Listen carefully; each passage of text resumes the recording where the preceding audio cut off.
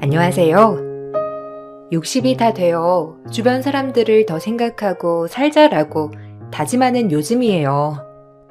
그리고 사람은 뿌린 대로 거둔다는 말을 이 나이 되다 보니 참 많이 보면서 살고 있어요. 한 동네에서 자란 남편과 결혼을 했을 때까지만 해도 인생은 이제 탄탄대로일 거다라고 생각하고 살았어요. 젊은 사람 둘이 만났으니 무서울 것도 없었고 그저 용기와 패기로 가득한 나날이었죠. 남편은 나이 차이 많이 나는 동생이 있는 소년 가장이었는데 홀 어머니와 동생을 거느고 살고 있었거든요. 남편의 사정을 모르지 않았던 터라 결혼을 했을 때 다 내 식구다라고 여기며 살아갔어요. 물론 아들이 최고다라고 여기는 시어머니 때문에 힘든 시집살이가 있었지만 그마저도 그때 당시엔 다 겪는 것이라고 생각하며 하루를 보내고 있었죠. 우리 아들이 아주 크게 될 거야. 그러니까 이런 못 사는 집이라고 무시하지 말아라. 우리 아들이 너도 알다시피 전교에서도 맨날 1등만 하고 돈이 있어서 뒷바라지만 잘해줬어도 아주 크게 될 인물이었어. 너 그거 알고 결혼한 거지? 모르면 안 된다. 지금 우리가 이렇게 산다고 해도 너 무시하면 안 된다는 이 말이야. 우리 아들이 얼마나 잘났는데 너 아니어도 줄 섰어. 그럼요. 이 크게 될 인물이라는 거 잘 알고 있죠. 그러니까 어머님 저한테 그렇게 얘기 안 해주셔도 돼요. 네가 우리 집을 하찮게 여길까봐 그러지. 막말로 고등학교밖에 안 나온 네가 탐내기엔 아주 큰 인물이잖니. 우리 집이 이렇게 못 살지만 않았어도 너 같은 애랑 결혼시키는 거 아니었는데 부잣집 처자들 다 마다하고 너 선택한 거잖아. 그래도 너무하세요. 전 이 애랑 결혼할 때 한 번도 재거나 따진 적 없는데 어머님은 어쩜 그렇게 비교만 하세요? 비교가 되니까 그렇지. 우리가 예전에 얼마나 잘 살았는데 그때 너라면 가당치도 않아. 당연히 결혼 안 시켰다. 남편은 동네에서도 공부를 잘하기로 유명했었고 원래는 부잣집 도련님이었습니다. 하지만 돌아가신 아버님의 사업 실패로 집이 가난해졌었고 시어머니는 그때 이야기를 하며 저를 구박하였어요. 그럼에도 참았던 건 남편의 성품과 정말 똑똑한 사람이란 걸 알았기 때문에 어머니의 말을 수긍하는 날들이었는데 저 역시 정말 존경하는 남편이라고 생각했거든요. 하지만 현실의 벽에 부딪히게 되어 일찍이 취직을 하여 자리를 잡았던 터였고 전 결혼을 하고 남편과 함께 열심히 일을 했습니다. 새벽엔 동대문과 남대문 시장에 가서 옷을 떼어 밤엔 옷을 팔고 낮엔 시청에서 계약직으로 일을 했어요. 그렇게 번 돈으로 가족들을 먹여 살렸고 그러다 문득 이런 생각이 들었습니다. 평생 이렇게 살다간 변하지 않겠다고 말이에요. 당장 먹고 살기에 급급해서 이렇게 돈만 벌다가는 이렇게 살다 죽겠다는 생각과 함께 삶을 대하는 태도가 변해야 한다고 생각이 들었어요. 그래서 공부에 미련이 있는 남편에게 앞으로의 앞날에 대한 이야기를 하며 일을 그만두길 권유하였어요. 이렇게 살다간 그냥 이대로 인생 종칠 것 같아. 뭐라도 해야지. 당신 내가 뒷바라지 해줄 테니까 공부 좀 해봐요. 그래도 우리 형편에 당신 혼자 이렇게 돈 버는 게 말이 되나? 어머니도 계시고 동생도 있는데 그건 너무 무리야. 아니야. 정말 우리 미래를 생각해보자. 당신이 그래도 뭐라도 돼야 삶이 달라지지. 평생 우리 둘이 이렇게 돈만 벌다간 그냥 이대로 인생 종칠 것 같아서 그래요. 우리 애들 낳았을 때 떳떳한 부모가 되어야지. 내 말 믿고 하고 싶던 공부를 해요. 그래도 되겠어? 둘이 벌어도 이렇게 빠듯한데 당신 혼자 벌어서 내 식구 먹고 사는 게 보통 일이 아닐 거야. 애 생기기 전에 뭐라도 해야지. 일단 도전을 해야 앞날이 변하지 않겠어요? 당신이 그런 마음이라면 더 악착같이 공부해주면 돼요. 당신도 꿈이 있고 하고 싶은 게 있잖아요. 그러니까 우리 한번 앞날을 같이 그려나가 보자고요. 남편이 공부의 뜻이 확고한 사람이었던 걸 잘 알았기 때문에 제가 뒷바라지를 해가며 공부를 했어요. 시어머니도 제가 벌어먹일 땐 아무 말씀은 안 하셨는데 그저 마음속으로 고마워하셨을 거라고 생각합니다. 정말 뼈 빠지게 일을 하고 남편 뒷바라지, 시동생 학비, 그리고 노모까지 모시며 최선을 다했습니다. 그래도 다행인 건 남편은 한 번에 법원 공무원에 붙게 되었고 그때부터 공직 생활을 시작하게 되었어요. 공무원 월급이라야 많은 건 아니었지만 그래도 조금 숨통이 트였죠. 그나마 둘이 벌게 되니 살림살이는 나아졌지만 시어머니 아들이 법원 공무원이 되자 저에게 다시 큰 소리를 내기 시작했어요. 역시 우리 아들이다. 내가 뭐라도 할 줄 알았어, 우리 아들. 너 서방 잘 얻은 줄 알아. 네가 공무원 남편 만날 수 있겠어? 그건 아니죠. 미화 덕분에 이렇게 된걸요. 그동안 미화가 우리를 위해서 계속 돈 벌었잖아요. 그게 얼마나 대단한 일인데 엄마는 말을 그렇게 하세요. 제가 공무원 된 건 미화 덕분이니까 엄마도 미화한테 더 잘해주셨으면 좋겠어요. 아니 돈이야. 지가 원해서 번 거지. 누가 나가라고 등 떠밀었다냐? 너 신랑 잘 얻었다. 아주 든든하겠어. 막말로 지 팔 잡히려고 너 공부시킨 거지. 지가 하기엔 이미 머리통이 글러먹었으니 널 등 떠민 거야. 너네 말이 틀리냐? 어머님은 이해가 그냥 저 듣기 좋으라고 하는 소리죠. 어머님 말씀이 다 옳아요. 저 신랑 정말 잘 만났고 제가 더 잘할게요. 그러니까 어머님은 걱정 안 하셔도 돼요. 어머님 말대로 제가 공무원 남편을 어떻게 만나겠어요. 주제 파악 한번 잘해서 좋다. 그러니까 네 남편 떠받들고 살아. 네 남편 낳아준 나한테도 물론 잘해야 하고. 그때는 그냥 시어머니 말이면 따라야 하는 때라고 생각했고 말도 안 되는 억지를 부리신 적이 많았지만 그래도 남편의 어머니이기 때문에 참아냈습니다. 그리고 어머님은 병을 이기지 못하고 세상을 떠났어요.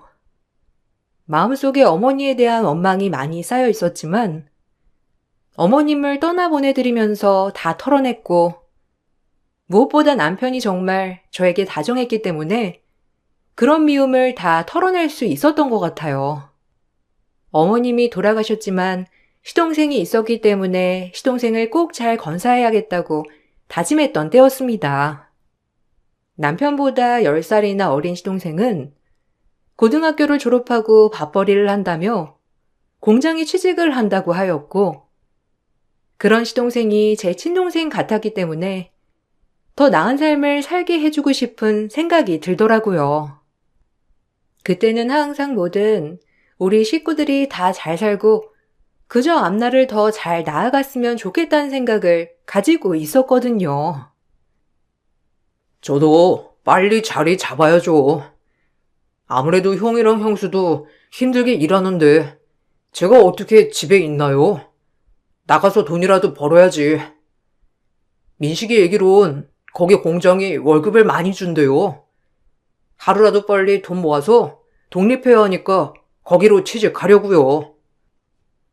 도련님, 그러지 말고 도련님도 공부해보는 게 어때요? 뭐 지금이야 돈 때문에 공부를 어떻게 해라고 하겠지만 나중에 보면 아마 잘했다고 싶을 거예요. 미래를 생각하지 않는 건 어리석은 일이에요. 뒷바라지는 제가 해드릴 테니 공부해보세요. 그래, 네 형수 말이 맞아. 지금이야 돈 버는 게 좋지. 나이 들어서 평생 공장에서 일할 거냐? 너도 노력을 해봐.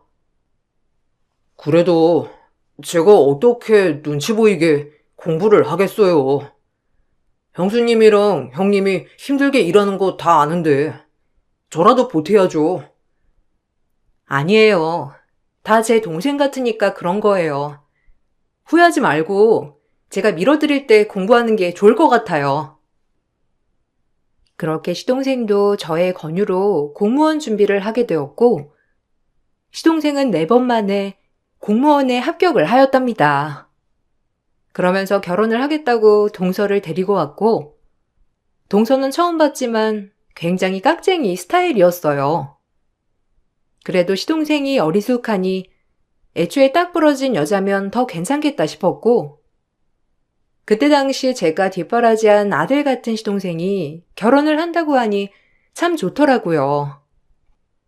그리고 그즈음 남편이 공무원을 그만두고 법무사 시험에 합격을 하여 법무사가 되어 벌이 또한 넉넉한 삶이었어요.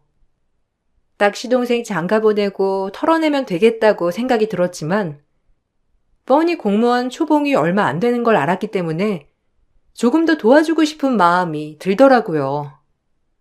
그래서 주택인 저희 집 아랫집을 내어주며 동서와 서방님의 신접살림을 차려주었습니다.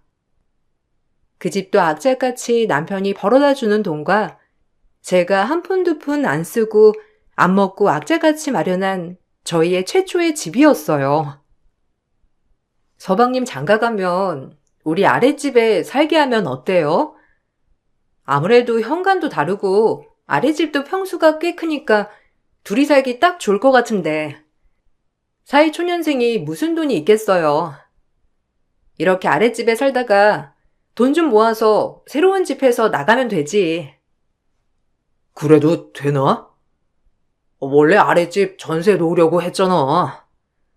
당신이 한 푼 두 푼 모아서 이 집도 사게 된 건데 당신 뜻이 그러하면 나야 너무 고맙지. 사실 내 동생이지만 아직 사회초년생이고 물정을 몰라도 너무 모르니까 당분간은 끼고 살고 싶었거든. 그래요. 저도 아들 같은 서방님 조금 더 데리고 있다가 여유될 때 분가시켜도 될 것 같아요. 그리고 내 식구한테 주는 건데 전세는요, 다 식구끼리인데. 전 서방님 한 번도 남이라고 생각해 본 적 없고 그저 내 동생이라고만 생각했어요. 정말 고마워. 당신을 만나서 우리가 이렇게 살게 된 건데 그런 말까지 해주니까 진짜 장가 잘 갔다 싶다. 동서 또한 넉넉한 형편이 아니었기 때문에 저희의 의견에 적극 찬성하게 되었고 그렇게 아랫집에 서방님네 부부가 살게 되었어요. 하지만 너무 잘 알아서 문제였을까요? 동서는 저희의 집안 경제 사정을 다 알고 싶어 했고 그로 인해 서방님과 불화가 시작되는 것 같았습니다. 그리고 작은 거 하나에 토라지며 저와도 사이가 소원해지기 시작했고 서방님네를 아랫집에 들인 건 저의 정말 인생 최대의 실수라고 생각하는 사건이었어요.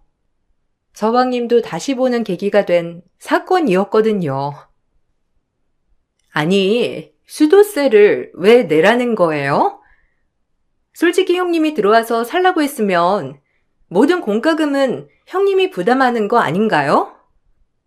어? 아니, 동서, 그건 아니지. 집을 내준 건 맞지만 여기서 알뜰히 살다가 좋은 집 마련하라는 뜻이었던 거지. 내가 동선의 생활비를 다 책임지겠다는 뜻은 아니었어. 오해했구나? 그런 거 아니니까 공과금은 각자 나눠서 내는 게 맞는 것 같아. 아, 누굴 그지 취급하나? 본인이 들어와서 살라고 했으면서 그리고 형님네 벌이 어마어마하잖아요. 막말로 제 남편 얼마나 번다고 이걸 뜯어가려 하세요? 진짜 양심도 없지. 전 이 공과금 못 내겠으니까 형님이 알아서 하세요. 동서, 진짜 너무하네. 아니 내가 우리한테 고마워하란 말은 안 해. 그래도 이건 아니지. 사람이 어떻게 이런 식으로 행동해? 그럼 저보고 상식이 없다는 소리예요? 형님 이런 말 뭐하지만 저 대학까지 나온 여자고 형님은 고졸이잖아요. 상식이 없어도 형님이 더 없지. 제가 더 없겠어요? 진짜 웃기네요. 저도 이런 말 하고 싶지 않은데 형님이 먼저 자초한 일이세요. 이런 동서의 태도에 화가 나다 못해 어이가 없어서 웃음이 나더라고요. 새파랗게 어린 동서가 저한테 항상 저렇게 따박따박 말대꾸를 하는데 정말 할 말이 없더라고요. 학벌까지 운운하며 저를 가르치려 했을 때는 진짜 머리 꼭지가 도는 줄 알았습니다. 아니, 형수님, 이 사람한테 뭐라고 했어요? 아, 진짜 째째하게 왜 그러세요? 제가 형 벌이가 얼만지 다 아는데. 서방님, 그래도 그건 아니죠.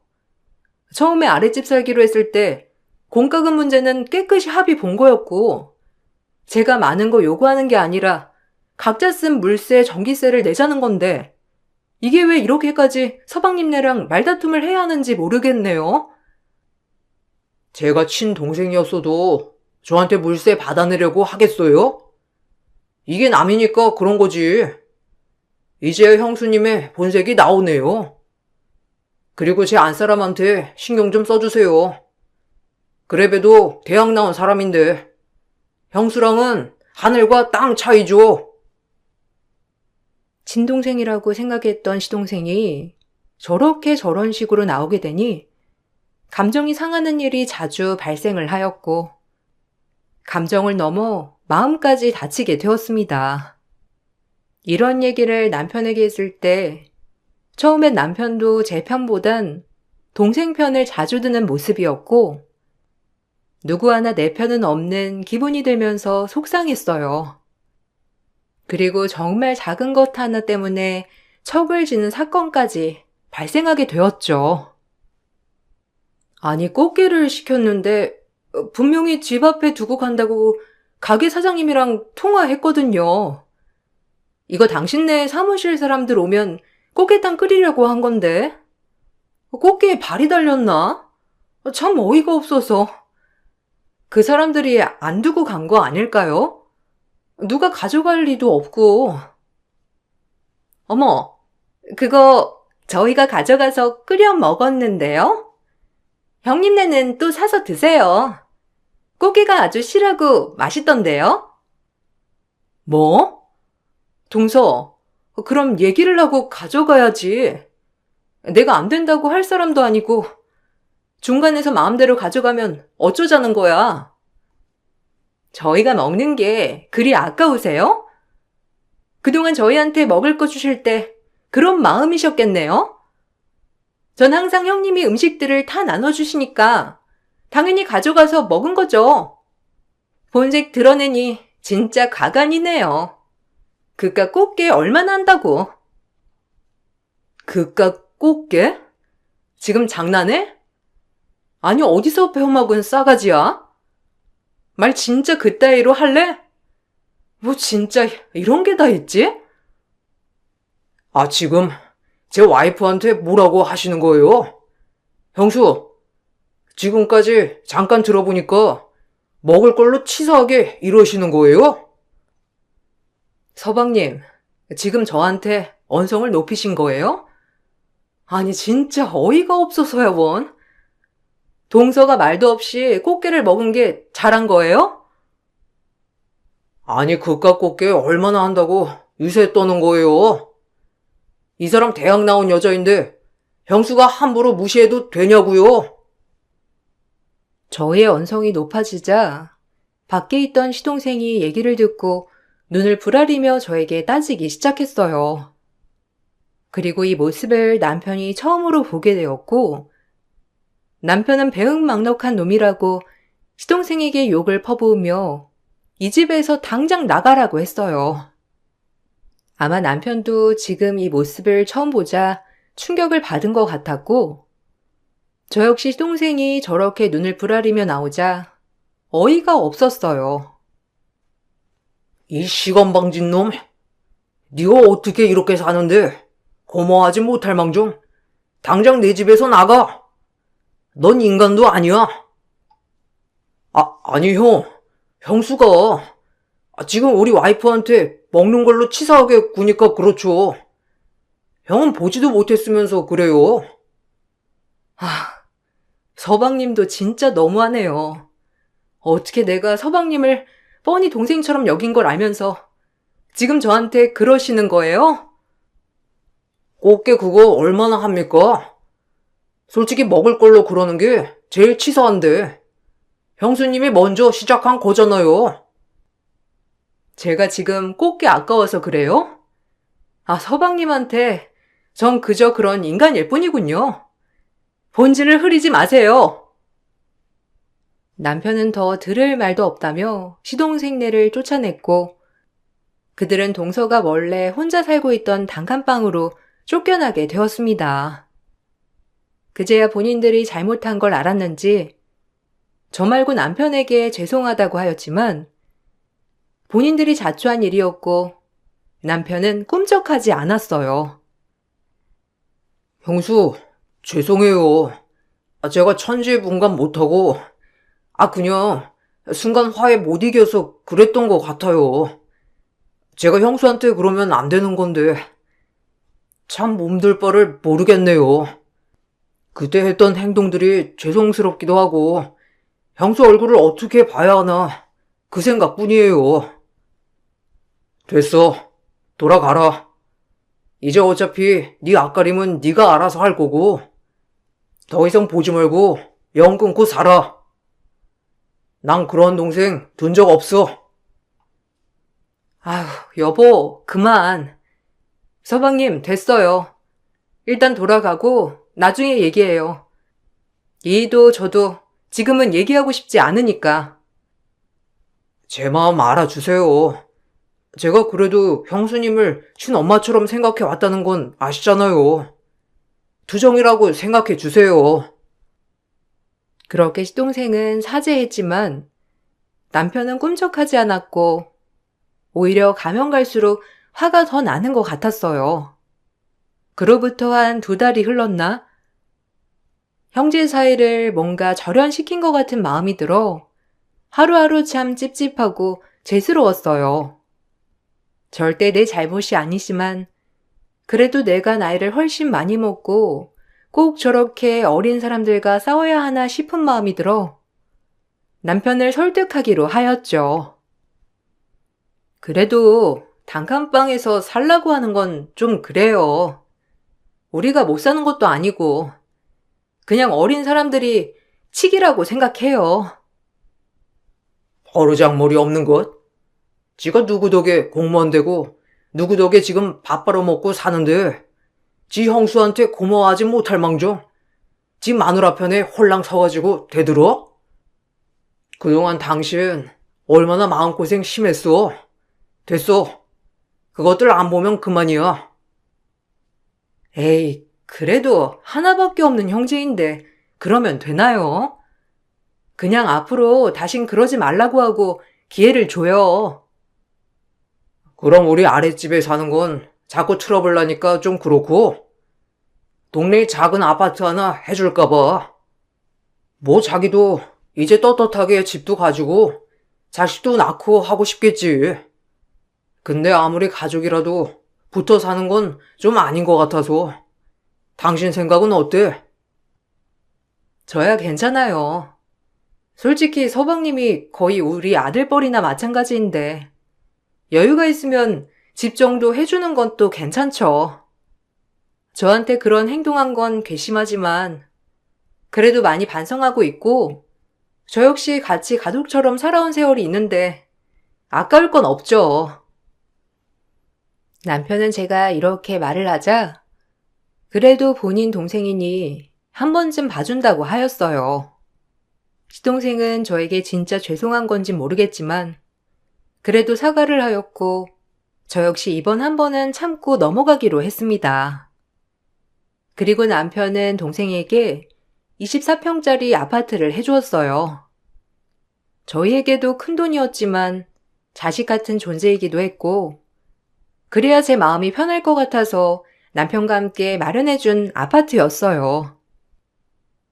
아유, 아주버님이 이 아버지나 마찬가지니 진작에 집은 하나 장만해 주셨어야 했다고 생각은 했는데 역시나 센스가 보통 아니네요.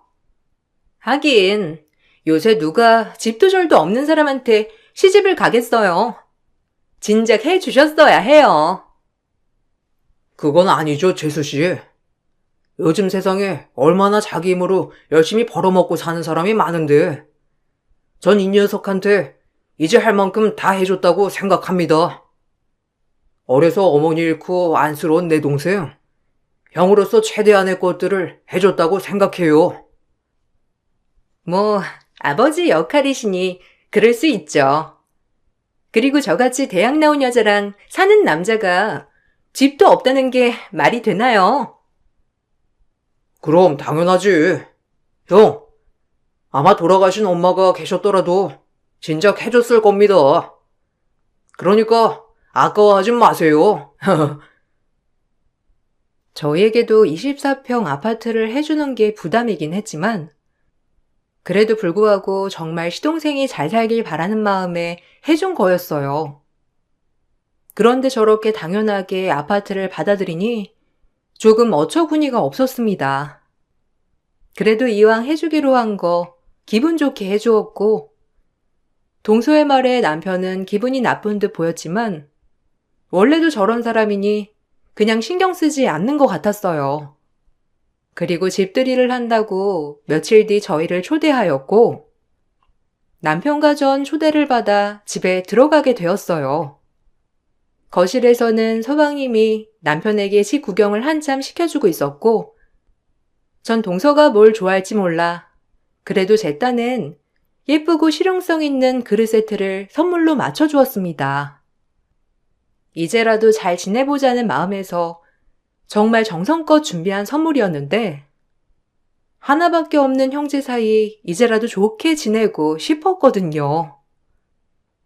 아유, 그릇 세트라니? 적어도 여기 오실 땐 형님네 정도면 가전 하나는 해주셔야 하는 거 아니에요? 형님, 사회성 떨어지는 것 같아요. 아우, 가져가세요. 이런 건 줘도 안 쓰네요. 디자인도 그렇고 어쩜? 정말 못 배운 티 나요, 형님. 뭐라고? 너 말 다 했니? 그래, 못 배워먹은 내가 하는 행동들 하나하나가 다 가짠겠네. 그래, 알겠다, 이거사. 니 똥 굵어. 아니, 왜 또 제 마누라한테 그러시는 거예요? 제 집사람한테 무슨 콤플렉스 있으세요? 진짜 어이가 없네. 뭐라고요? 서방님, 지금 동서가 저한테 하는 말 듣고도 그 말씀이 나와요? 지난번에 저한테 미안하다고 했잖아요. 그건 그냥 형이 하도 뭐라고 하니까 대충 사과한 거죠. 제 집사람 좀 그만 잡으세요. 진짜 못 배운 티 나네요. 어머머머, 말하는 뽐새 봐. 이래서 우리가 레벨이 다르다는 거예요, 형님. 아우, 무식이 철철 흐르다 못해 넘치네. 생애 처음 24평 자가 살게 된 동선에 그릇 세트 맞춰주니 절 조롱하는 동서였어요. 하지만 거실에 있다가 이 얘기를 듣고 충격 광경에 남편은 즉시 동서네를 원래 단칸방에 재이사시켰습니다. 더 이상 선처 없는 통쾌한 한방이었어요. 재수 씨 말하는 게 진짜 싹바가지가 없네요. 뭐가 어쩌고 저쩌요? 내가 미쳤지. 너희는 이 집에 살 가치도 없어. 그깟 대학 나오면 뭐가 달라지나요? 그래봤자 삼류대 나와가지고 뭐가 그리 잘났다고. 감히 내 와이프를 무시해? 우리가 이 사람 아니었으면 이렇게 누리고 살 수 있었을 것 같아? 당신보다 훨씬 대단한 여자야, 알아? 이 집안을 일으킨 장본인이라고. 형, 갑자기 그러는 게 어딨어. 아니다. 어차피 이제 내 건데 형 마음대로 해요. 나도 이제 형 비위 맞추는 거 힘들어. 그리고 내 와이프가 원래 직설적이어서 그렇지. 얼마나 따뜻한 사람인데. 형이랑 형수가 아주 괜한 사람 잡는 거지. 네 명의? 내가 미쳤다고 네 명의로 해주냐? 그래, 네 명의로 곧 하려고 했지. 근데 절대 안 되겠다. 끼리끼리겠지. 내 동생이지만 넌 재수 씨랑 똑같은 족속이야. 지 공장에서 일한다는 거 기꺼이 말려서 공부까지 시켜놨더니 지 마누라랑 붙어서 형수를 무시해? 제정신인 사람이라면 네 마누라를 단속하고 가르쳐야지. 못돼 처먹은 것들. 여보, 가자고. 나도 한마디 할게요. 동서야 원래 성격이 그지 발사계라고 치지만 서방님 정말, 아니 나이도 한참 어리니까 반말할게. 내 동생이라고 생각해서 어떻게든 잘 되길 바랬는데 넌 날 개만도 못하게 취급했지? 이제 내가 너 손절이야. 남편이 널 받아준다고 해도 내가 안 돼. 천성이 똑같은 너희 부부 단칸방에서 어디 한번 잘 헤쳐나가봐. 여보 가요. 나쁜 것들. 그리고 저와 남편은 집을 나섰고 그 다음에 시동생네에게 집을 비워줄 것을 당부했습니다. 다시 단칸방 생활로 돌아가야 한다고 생각하자 동서는 이제야 아차 싶었나 보더라고요. 제가 이렇게까지 화를 낸 적이 없어서 그렇게 기어오른 건진 몰라도 이번엔 저에게 사죄를 하였어요. 하지만 너무 가증스러워서 절대 용서할 수 없다고 했죠. 남편 또한 저를 무시한 시동생네 부부에게 이젠 기회조차 주지 않을 거라며 엄포를 놓았고 그들은 결국 단칸방에서 새로 시작을 해야 했습니다. 당신만 믿으라며. 이게 뭐야? 아니 공무원인데 이런 것도 없고 그동안 형한테 기생하고 살았던 거야? 아 정말 속았네. 뭐가 어쩌고 저째? 완전 속물인 건 알았지만 이렇게 속물근성일 수가. 따지고 보면 당신 때문에 이렇게 된 거잖아. 뭐야? 왜 나 때문이야? 내가 틀린 말 했어? 배운 거 없어서 없다고 한 건데 이게 뭐가 잘못이야? 아우 구질구질해. 그러나 사치스러운 동서는 그걸 못 견뎌 했고 결국 서방님에게 이혼을 하자고 했으며 서방님은 그렇게 죽고 못 살게 아끼던 동서에게 이혼을 당했어요. 둘 다 무일푼이어서 그런지 위자료고 뭐고 그냥 깨끗이 갈라섰습니다. 그리고 이제야 서방님은 저희에게 사죄를 슬며시 했지만 대쪽 같은 저희는 서방님을 받아주지 않았습니다. 여자에 빠져서 가족도 못 알아보는 서방님의 최후였고 그때 당시만 해도 굉장히 보수적인 사이였기 때문에 이혼한 공무원은 거의 쉬쉬하는 분위기였어요. 서방님도 마찬가지로 이혼을 했기 때문에 직장에서 쉬쉬하며 사람들에게 손가락질을 받았답니다. 아마 그때 당시 진급에도 많은 영향을 끼쳤던 걸로 알아요. 요즘이야 이혼이 흠이 아니지만 그때만 해도 그랬거든요. 제가 정말 잘못했습니다. 여자의 눈이 돌아가지고 가족도 못 알아보고 그리고 형수님 같은 분한테 감히 죄송해요. 언젠가 마음이 풀어지면 꼭 연락 주세요. 형이랑 형수님 마음 풀어지기만을 바라고 있을게요. 아니요, 됐어요. 내가 괜히 오지랖을 부린 잘못이죠. 내 동생이라고 그렇게 아꼈는데 서방님한테 제가 남이듯이 저 역시 이제 서방님이 남이네요. 그러니까 그냥 죄송해 하지도 말고 알아서 사세요. 어차피 인생 혼자 아니겠어요?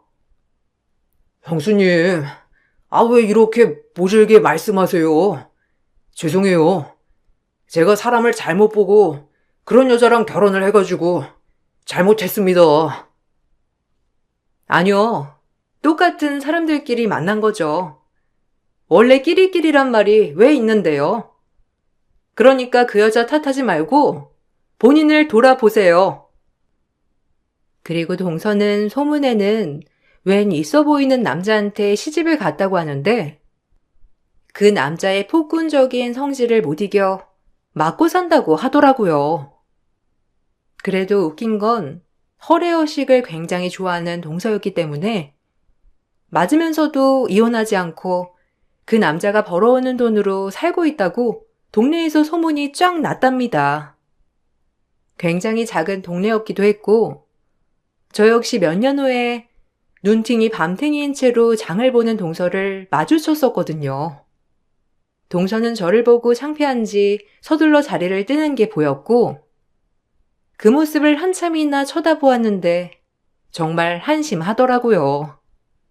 참 보이는 게 뭐길래 저렇게 살고 있는지.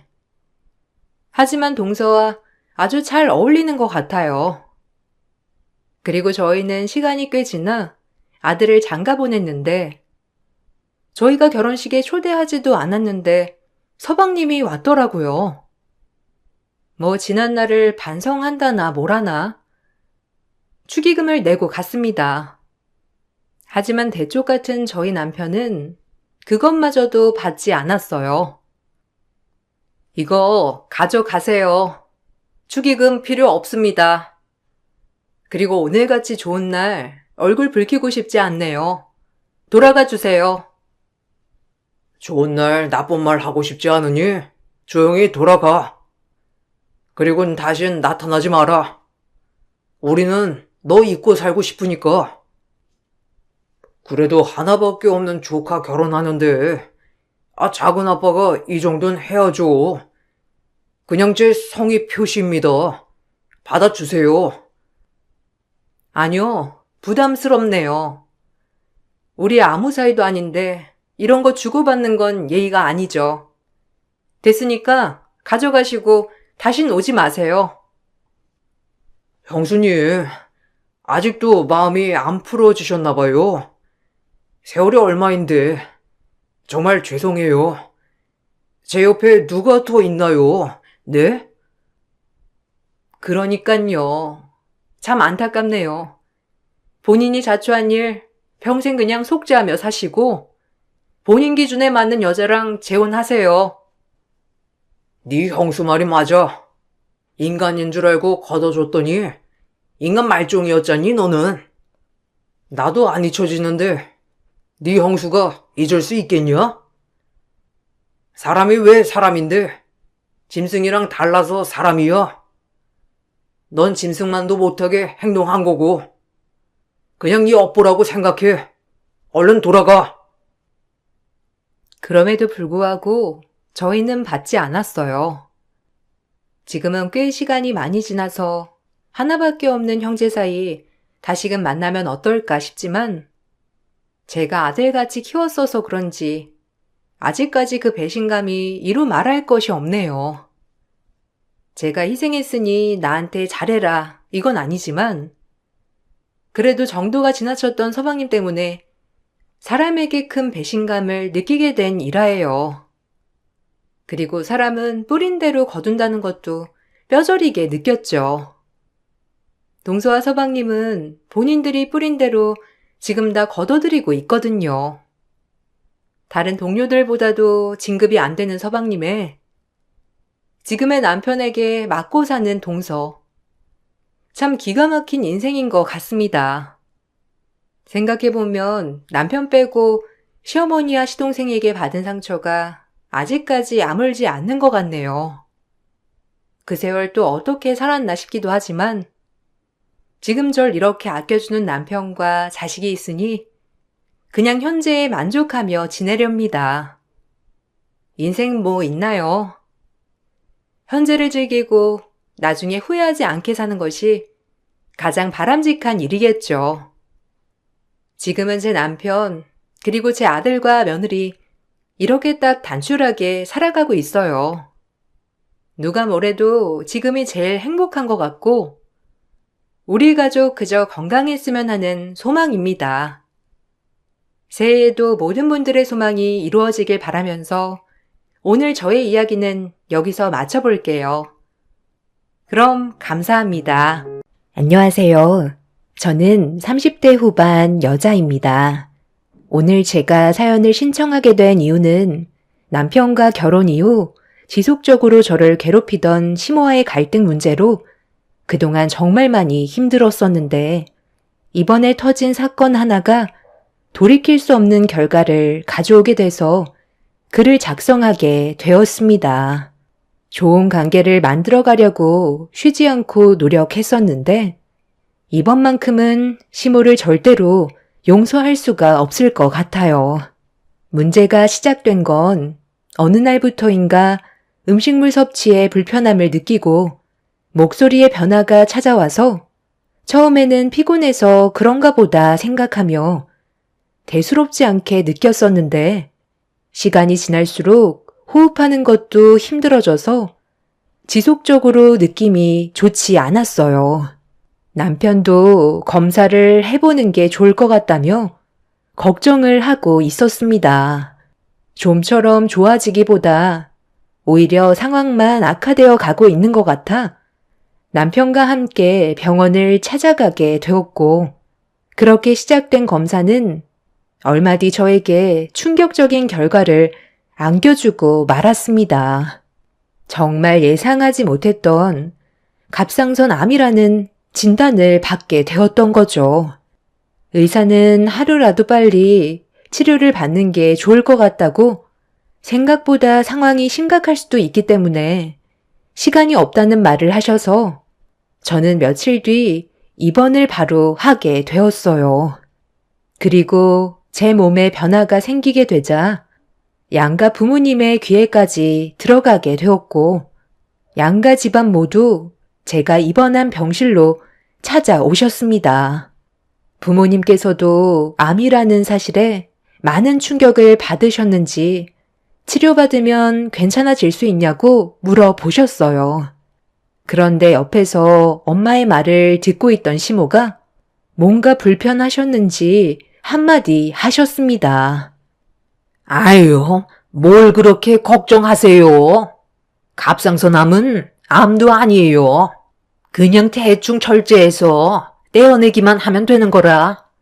회복도 빠르고 재발할 가능성도 희박해서 걱정할 필요가 없다는데 사도는 무슨 초상 난 것처럼 눈물까지 흘리세요? 그나저나 언제 수술 받을 수 있다던? 하필 제일 중요한 시기에 갑자기 이런 일이 생기니 갑상선암도 상황이 심각해질 수 있다고 그랬어요. 그래도 수술을 받아야 하는 거고 다른 곳으로 전이가 되기라도 했으면 더 큰 문제가 생길 수도 있는 건데 대충 하면 된다고요? 한서방이 암에 걸렸어도 그렇게 얘기하실 건가요? 아무리 자기 자식이 아니라도 사돈의 며느리인데 방금 하신 말은 너무 심한 거 아니에요? 제가 얼마나 심한 말을 했다고 열을 올리세요? 제 주위에도 갑상선암에 걸려서 치료받은 사람들이 몇 명 있었는데 수술하고 지금은 멀쩡히 잘 돌아다니고 있으니까 하는 말이에요. 별말도 안 했는데 상당히 예민하게 구네. 그래서 너는 수술 날짜가 언제로 잡힌 거니? 최대한 빠른 시일 내에 수술을 받아야 아이를 돌봐줄 거 아니야. 곧 출산인데 그 전에 회복해야 애를 봐줄 수 있지 않겠어? 의사 선생한테 수술 날짜 좀 서둘러 잡아달라고 말씀 좀 드려봐라. 엄마는 지금 이 사람이 정상적인 몸으로 보이세요? 진이가 출산하면 본인이 아이를 돌보는 거지. 몸도 성취하는 환자한테 왜 애를 봐달라고 하세요? 얘는 집안일만 하는데 애 정도야 당연히 볼 수 있는 거지. 진이는 회사 대표잖니. 일정이 빡빡하게 잡혀 있어서 출산하고 몸만 괜찮아지면 바로 해외 출장 가는 거 모르니? 그런데 갑자기 갑상선 암이라니. 너 일부러 애 봐주기 싫어서 꾀부리는 거 아니야? 어쩜 하나부터 열까지 마음에 드는 구석이 하나도 없니? 도대체 여긴 뭐하러 오신 거예요? 제가 암에 걸리고 싶었겠어요? 어머님한테 위로의 한마디 바라지도 않지만 그래도 암 환자인 저한테 아가씨 아이를 봐달라고 하는 건 너무 하신 거 아니에요? 제가 왜 아가씨 아이를 봐줘야 하는 건데요? 어머님 며느리로 살아온 지 9년이나 지났는데 단 한 번도 저에게 따뜻한 말씀 해주신 적 없었어도 노력하면 어느 정도는 한 식구로 받아주실 줄 알았어요. 그런데 오늘 확실하게 알게 됐어요. 저는 어머님한테 이쁨 받을 수 없는 며느리고 저 또한 잘하려고 더 이상 노력할 필요 없으니 더 이상 찾아뵙지 않을게요. 어머님이 저를 어떻게 생각하고 계시는지 확실하게 깨달았으니까 더는 미련 갖지 않겠습니다. 여보, 나 좀 누워 있어야 할 것 같거든. 어머님 좀 배웅해 드려. 왜 그렇게 쳐다보세요? 제가 틀린 말 한 것도 아니잖아요. 뭐라고? 너 지금 말 다 했니? 그래도 생각해서 병문안 와줬으면 감사하게 생각해야지. 어디서 시미한테 눈을 부라리고 있어? 어른한테 말대꾸하고 눈 지켜 세우라고 너희 사돈이 가르치던 암이 뭐 태수라고 감히 시미 말에 토를 달고 대들어? 이게 다 자식년 잘못 키운 너희 애미 죄다. 암에 걸린 제가 곧 출산하게 될 신우 애를 못 본단 말에 시모는 화가 많이 났는지 흥분을 하셨고 남편이 병실에서 내보내려고 하자 더욱더 난리를 치셨습니다. 저에게 달려들려고 남편을 뿌리치는 시모를 말리기 위해 저희 부모님과 시부가 막아섰는데 그 순간 자식을 잘못 키웠으면 부모가 맞아야 한다면서 갑자기 저희 엄마의 뺨에 손을 올리셨고 충격적인 광경에 경악을 하고 말았습니다. 아주 잠깐 정적이 흐르더니 엄마도 시모에게 쌓인 게 많으셨는지 양손으로 시모의 머리채를 잡으면서 난리를 치셨어요. 시모의 상식 이하의 행동은 걷잡을 수 없을 정도로 상당히 큰 문제로 이어지게 되었고 경찰서에서 조사까지 받게 되는 일이 벌어지고 말았어요. 한참 뒤 병원으로 돌아온 남편은 다행히 좋게 합의 볼 수 있었다며 최대한 좋게 해결 보는데 많이 힘들었는지 의자에 털썩 주저앉아 휴식을 취했습니다.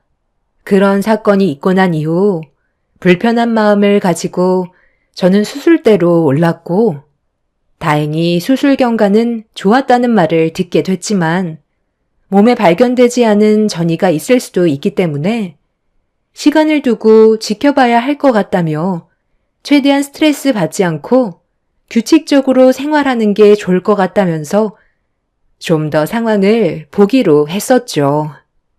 그렇게 며칠 정도 더 입원하면서 회복 기간을 가진 뒤 퇴원을 했는데 남편의 도움을 받으면서 집에 도착하자마자 시모에게 전화가 왔어요. 너 퇴원했다며? 그럼 집에 들어가지 말고 잠깐만 우리 집에 좀 와봐라. 내가 너한테 줄 게 있거든.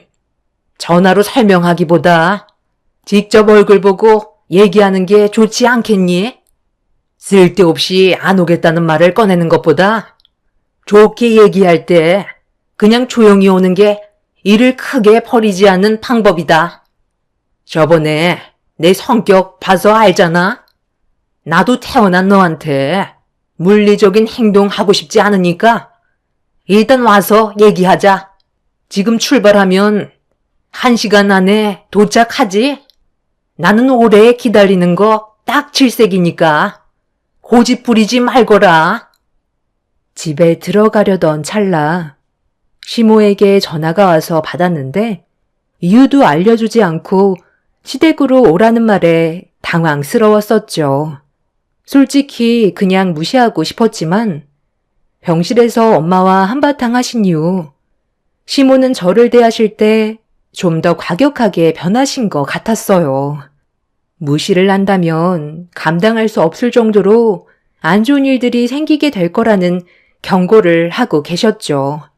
남편도 그런 시모의 성격이 불편했는지 제 눈치를 보면서 어떻게 할 생각인지 물어보았습니다.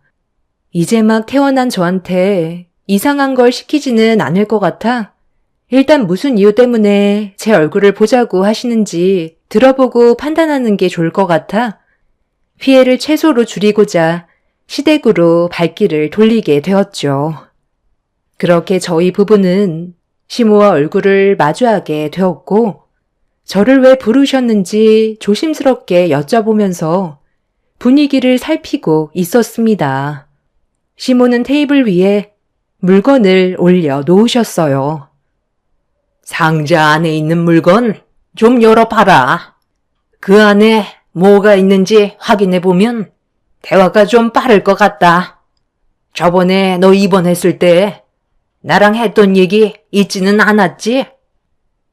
이건 베넷 저고리잖아요. 설마 어머님, 지금 이제 막 태어난 저한테 아가씨 아이를 돌봐달라는 건 아니죠? 저 아직 수술 통증도 가라앉지도 않았어요. 그래, 나도 잘 알고 있다. 그래서 미리 준비하라고 보여주는 거잖아. 저번에도 얘기했지만 내 딸이 출산 이후 몸만 정상으로 회복하면 바로 해외 출장을 떠나야 한다. 임신한 몸으로 이혼까지 해서 정신적으로 많이 힘든데 네가 좀 도와줘야 하지 않겠니? 아마 이번 주 내로 출산할 것 같거든. 그러니까 너는 내일 짐 싸서 우리 집으로 와라. 그때 돼서 정신없이 준비하는 것보다 미리 적응을 해놔야 그때 허리발이 타지 않지. 그렇게 해줄 수 있는 거지? 엄마, 정말 끝까지 이러실 거예요? 저번에 안 된다고 말씀드렸잖아요. 이제 막 퇴원했고 수술 후유증으로 통증까지 있는 상황인데 어떻게 환자한테 애를 봐달라는 말을 하실 수가 있어요? 방금 하신 말은 못 들은 걸로 할 테니까 당분간 저희 찾지 마세요. 장모님이랑 엄마가 한바탕 해서 이 사람이 지금 이 자리에 있는 것조차 많이 힘들 거라고요. 다시 한번 말씀드리지만 아이는 이 사람이 돌봐줄 수 없으니까 그만하세요. 그냥 엄마가 봐주면 되잖아요. 내가 이 나이에 육아를 해야 되겠니? 그래도 애미는 애를 둘이나 키워봤으니 능숙하게 뭐든 잘할 거 아니야. 괜히 시키겠어? 그럼 그렇게 하는 걸로 알고 있으마. 어머님, 그건 힘들 것 같아요. 저 지금 몸도 안 좋고 몸무게도 10kg나 빠져서 회복하는데도 시간이 걸리거든요. 병원에서도 절대 안정하라고 했어요. 그렇다고 맨날 집에 처박혀서 누워만 있을 거니? 내 아들 뼈 빠지게 일하고 있는데 너는 놀고 먹고 하겠다는 거야? 얘가 아주 도둑 심보가 하늘을 찌르네. 제가 집에서 쉰다고요? 애들 돌보는 것도 얼마나 벅찬 줄 아세요? 차라리 아가씨 아이는 어머님이 봐주시던 베이비시터 구하시던 하세요. 그럼 용건 끝났으니 먼저 일어나 보겠습니다. 그리고 저 아직까지도 그때 일 때문에 기분이 좋지 않아요. 저희 부모님께 진심으로 사과하신 것도 아니잖아요. 저 또한 상처를 많이 받아서 당분간 어머님과 얼굴 마주하고 싶지 않은데 오늘 어쩔 수 없이 온 건 또다시 그때처럼 난리 치실까봐 피곤한 상황 만들고 싶지 않아서 온 거예요. 새언니, 오셨어요? 임신을 해서 그런지 제가 잠이 많아져서 오셨는지도 모르고 있었네요. 제가 오늘부터 저희 부모님 집에서 지내기로 했거든요. 혼자 있다가 갑자기 양수라도 터지면 문제잖아요. 제가 일이 바빠서 입원하셨을 때 병문안을 갈 수가 없었는데 이해해 줄 수 있죠? 더군다나 임신한 몸이라 움직이는 것도 상당히 힘들었거든요. 몸은 괜찮아지셨어요? 암이라고 해서 저도 얼마나 놀랐는지 몰라요. 태어나신 거 보니까 그래도 몸이 좋아지신 것 같네요. 조만간 짐 싸서 오신다면서요? 제가 일이 워낙 바쁘다 보니까 출산하고 몸이 회복되는 대로 해외로 나가야 하거든요. 언니가 저 대신 신경 좀 써줄 수 있죠? 방에서 신우가 자고 있었는지 문을 열고 나온 신우는 만삭의 배를 어루만지면서 저에게 부탁을 하고 있었어요. 그 모습을 보는데 기분이 별로 좋지는 않았었죠. 신우와 저는 사이가 별로 좋지 않았거든요. 신우 살이라고 들어보셨나요? 시모보다 신우가 저를 더 괴롭혔고 저와 시모의 중간에서 가까워지지 못하게 이간질했던 신우가 과거에 저한테 했던 행동들은 전혀 기억을 못하는지 아니면 알면서도 모르는 척 하는 건지 신우의 속마음을 알 수 없었지만 확실하게 알 수 있었던 건 신우는 저를 이용하려고 9년 동안 단 한 번도 느껴본 적 없었던 착한 모습과 말투로 저에게 부탁을 하고 있었습니다. 뱃속에 있는 아이가 스트레스를 받으면 안 되니까 최대한 조용히 얘기하는 듯 싶었지만 그 모습이 저에게는 전부 가식처럼 다가왔죠. 그 자리에서 신우에게 안 된다고 딱 잘라 말한다면 시모가 또 어떤 돌발 행동을 하게 될지 몰라. 일단 몸이 좋지 않았던 저는 쉬어야 할 것 같다며 대충 상황을 마무리 지은 뒤 남편과 함께 집으로 돌아왔어요. 시모와 신우는 저에게 지속적으로 문자를 남기면서 압박을 가했지만 저와 부모님이 받으셨던 상처가 조금도 아물지 않았기 때문에 저에게 했던 부탁을 들어주지 않기로 결정을 내렸고 그렇게 신우는 예정일날 아이를 출산하게 되었습니다. 그리고 예상했던 대로 시모에게 또다시 전화가 왔어요. 저는 받지 않았고 한동안 친정집으로 몸을 피해 최대한 조심하고 있는데 현관문 밖에서 남편의 목소리가 들려왔어요. 그리고 뒤이어 시모의 날카로운 목소리가 들려오고 있었죠. 모자지간 싸우는 소리가 동네가 떠나갈 정도로 크게 울려 퍼졌고 상황이 심각해지는 것 같았는지 아빠가 현관문을 열면서 화를 내셨습니다.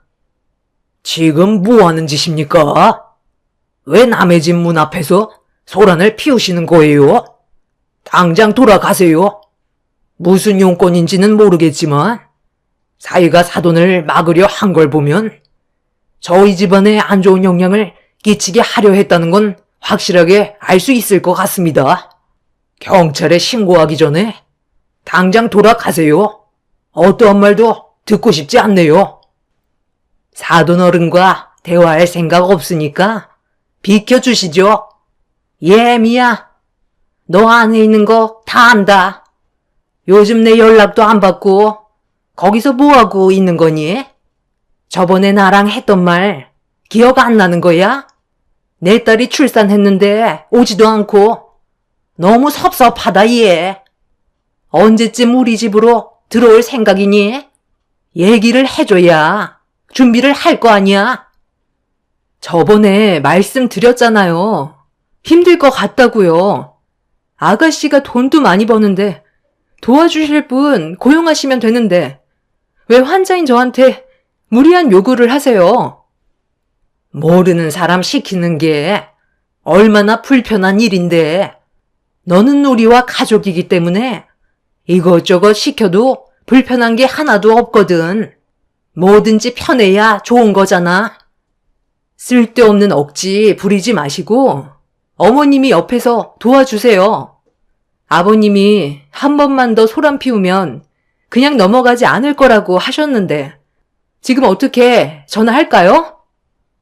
제가 핸드폰을 들어 올리자 시몬은 움찔거리더니 그때부터 저를 노려보셨고 분노가 차오르셨는지 주먹을 주시곤 손을 부들부들 떨고 계셨어요. 강하게 밀어붙이자 시몬은 나중에 다시 얘기하자며 몸을 돌려 집으로 돌아가셨습니다. 시모가 잠깐 왔다 가신 것뿐인데 온 가족이 기가 빨린 듯 다리에 힘이 풀렸고 저희 부모님께서는 시모의 행동에 화가 많이 나셨는지 한숨을 내쉬셨어요.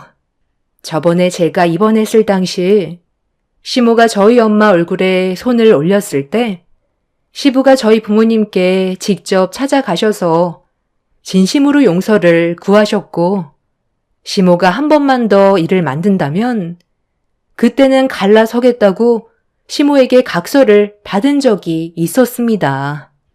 시모가 아무리 날뛰어도 시부의 한마디면 꼬리를 내릴 정도로 상당히 무서운 분이시지만 아버님은 저에게 단 한 번도 상처를 주신 적은 없으셨죠. 그렇게 시모가 돌아간 뒤 한동안 조용한 듯 싶었는데 며칠 뒤 엄청난 일들이 눈앞에 펼쳐졌고 저와 남편은 시모의 충격적인 행동에 경악을 하고 말았습니다. 오래간만에 부모님께서 아이를 봐주셔서 남편이 퇴근하고 몇 시간 정도 함께 둘만의 시간을 가질 수가 있었는데 길 건너편에 모자를 푹 눌러 쓴 한 사람이 서 있었어요. 저희 부부는 그 사람을 보자마자 시모라는 걸 단번에 알 수 있었죠. 그런데 시모에게 어떤 건장한 남자가 걸어왔고 무언가를 넘겨주고 있었습니다. 시모는 건네받은 서류 봉투를 품 안에 숨긴 뒤 주변을 두리번거리곤 어디론가 급하게 사라졌어요.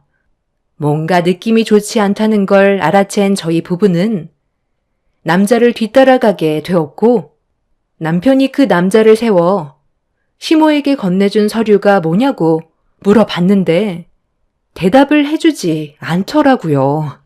남편이 계속해서 압박을 가하자 그 남자는 남편을 강하게 밀친 뒤 급하게 도망을 치려 했지만 운동을 꾸준하게 했던 남편은 그 남자를 다시 붙잡았고 경찰에 넘기겠다고 하자 먹고 사는데 지장이 생긴다며 절대 비밀을 유지해 달라면서 시모와의 관계에 대해서 전부 털어놔 주었습니다. 남편과 저는 너무 충격적인 말을 들어서 입을 다물지 못했죠. 아까 그 고객님이 가지고 가신 서류가 뭐냐면요. 유전자 검사 용지랑 입양 서류가 들어있어요. 그분이 말을 잘 안 하셔서 저도 정확하게 말씀드리지 못하겠는데 어떤 남자분과 갓 태어난 아이의 유전자를 검사해 달라고 하더라고요. 그 남자분을 따로 만나기가 어려워서 그랬는지 아이의 머리카락을 주셔서 그 남자분을 미행한 다음 기회를 엿본 뒤 유전자를 검사할 수 있는 것들을 확보해서 하라는 대로 확인시켜 드렸거든요. 아마 따님분의 아이를 출산하신 것 같은데 저보고 유전자 검사 해달라는 분이 아이의 아빠 되시는 분이셨나 봐요. 그런데 유전자가 불일치로 나오더라고요. 어느 정도 일치하는 게 아닌 피 한 방울 섞이지 않은 완전히 다른 남자의 아이였죠. 그걸 확인하신 고객님께서 따님 몰래 다른 곳으로 입양 보낼 생각을 가지고 계시다면서 국내 말고 해외로 알아봐 달라고 하길래 좀 전에 보내드린 서류가 해외 입양 절차 서류예요. 사인만 하시면 모든 절차가 진행이 되는 거고요. 고객님 따님분께서는 이 사실을 전혀 모르고 있고 조만간 해외 출장 가신다는 말만 들었는데 그때 입양 보낼 생각을 가지고 계신 것 같았어요. 저는 그럼 전부 다 말씀드렸으니 이제 가봐도 되죠? 남편과 저는 엄청난 충격을 받았고, 신우의 뱃속에서 태어난 아이가 이혼했던 신우 남편의 아이가 아니었다는 말에 입을 다물지 못하고 있었습니다. 저는 그 서류를 저희 부부가 당장 확인할 수 있냐고 물어보자 퀵으로 보내주겠다며 주소를 불러달라고 했어요. 남편은 그 사람에게 주소를 적어 주었고 1시간 내로 도착할 거라면서 급하게 사라졌습니다. 도저히 납득할 수 없는 일들이 펼쳐지고 있던 터라 당황해하고 있었는데 남편은 시댁으로 발길을 옮겼고 저도 그 뒤를 묵묵히 따라갔어요. 그렇게 저희 부부가 늦은 저녁 시간에 시댁에 방문을 하자 시부가 문을 열어주셨습니다. 시모는 아직 들어오지 않으셨는지 집에 없으셨어요. 신우는 아이를 돌보며 힘겨워하고 있었죠. 어디서부터 말을 해야 될지 몰라 난감해하고 있었는데 그 사이 시모가 집으로 들어오셨습니다. 너희들이 이 시간에 무슨 일이냐? 나랑 아예 인연을 끊어버린 줄 알았는데 갑자기 마음이 바뀌기라도 한 거니? 어차피 이제 너희들 도움 필요 없어졌다. 네, 그러시겠죠. 저희 가족들 몰래 엄청난 일을 꾸미고 계셨으니까요. 저희도 엄청난 충격을 받았는데 엄마도 당연히 충격을 받으셨겠죠. 그래도 엄마 혼자 모든 걸 선택하면 안 되죠. 어떤 상황인지 먼저 알아보는 게 우선 아니에요? 어떻게 그런 일을 저지를 계획을 가지고 계셨어요? 그만 연기하시고 솔직하게 말씀해 주세요. 네가 뭘 얘기하는 건지 엄마는 전혀 모르겠는데 쓸데없는 말 할 거면 그만 돌아가라. 나도 너희들 얼굴 보고 싶지 않다. 그냥 인연 끊고 살자니까. 어머님, 저희가 아까 길거리에서 어머님이 어떤 남자랑 마주하고 있던 거 보고 있었어요. 어떤 상황인지 전부 다 알고 있으니까 솔직하게 말씀하세요. 뭐야? 엄마, 지금 아빠 말고 다른 남자 만난 거야? 설마 바람 피운 건 아니지? 왜 말을 못 하는데? 엄마 정말 아빠 두고 다른 남자 만나고 있었어? 너희들이 잘못 봤겠지. 내가 무슨 바람을 피워? 내가 그런 정신 나갈 짓을 할 것 같니?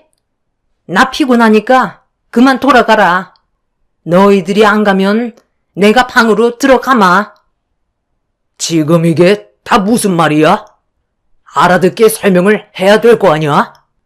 당신 아까 잠깐만 나갔다 온다더니 다른 남자 만나고 온 거였어? 이 시간에?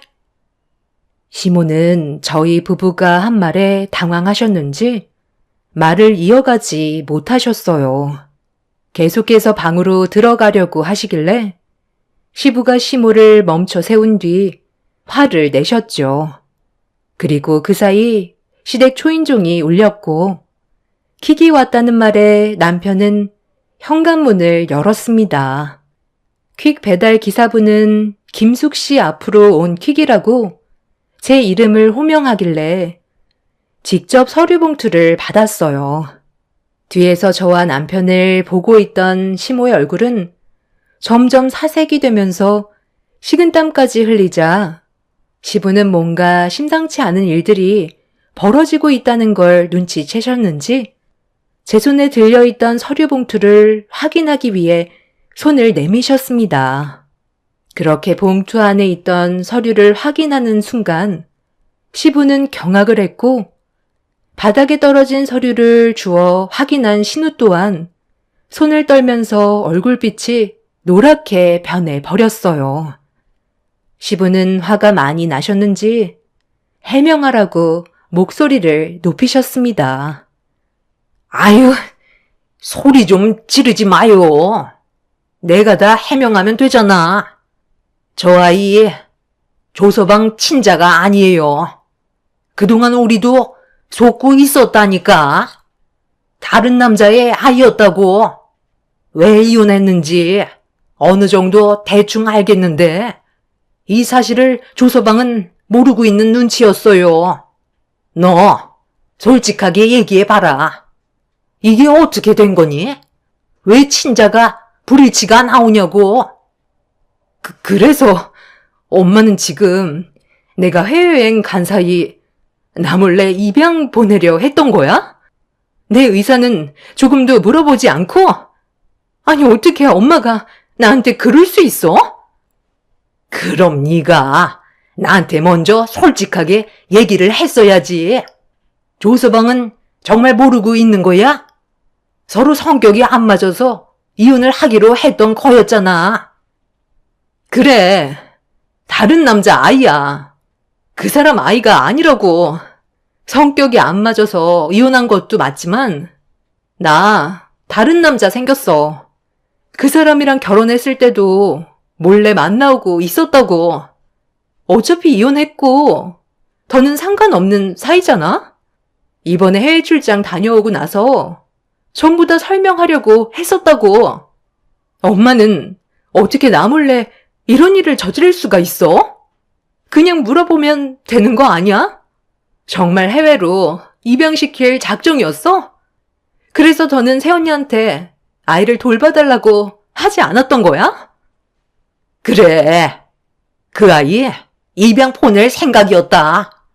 네가 처음부터 잘못된 행동을 저질렀으니까 모든 걸 바로잡으려고 내 눈앞에서 저 아이를 지워버리려고 했었어. 시모의 말이 끝나는 순간 시부는 시모의 뺨에 손을 올렸고 신우는 아이를 안은 채 눈물을 쏟아내었습니다. 한순간에 집안은 개판이 되어 버렸고 시부는 신우의 뱃속에서 태어난 아이의 친부를 당장 데려오라며 난리를 치셨어요. 그런데 문제는 여기서 끝난 게 아니었죠. 알고 보니 신우를 임신시켰던 그 남자는 신우가 해외 출장을 가려고 했던 그곳에서 만난 남자였는데 어디에서 사는지 어떤 직업을 가지고 있는지 그런 것도 전혀 알지 못하는 사람이었어요. 신우의 전 남편과 한번 크게 싸운 뒤 혼자 바에 갔었는데 거기에서 잠깐 만났던 남자였던 거죠. 결국 모든 게 거짓말로 포장된 남자와 하룻밤을 함께 했었는데 그게 하필 임신이 됐던 거였고 신우는 해외 출장을 간다는 것도 그곳에서 산다는 말에 무작정 정체도 알 수 없는 그 남자를 찾으러 가려던 거였습니다. 시부는 그 자리에서 털썩 주저앉아 바닥에 떨어져 있던 서류를 보며 믿을 수 없다는 듯 한숨을 내쉬었어요. 시모는 개거품을 물며 신우에게 화를 냈고 모든 계획을 물거품으로 만들었다고 제 머리채를 잡으려는 걸 남편이 가로막아 섰네요. 시부는 이런 상황을 받아들이기 힘드셨는지 대책 없는 시모와 신우를 그 자리에서 내쳐 버렸어요. 결국 시모는 신우와 아이를 데리고 신우가 살던 집으로 몸을 피할 수밖에 없었습니다. 그날 이후 시부는 신우와 연을 끊겠다며 분노를 가라앉히지 못하고 계신 상태세요.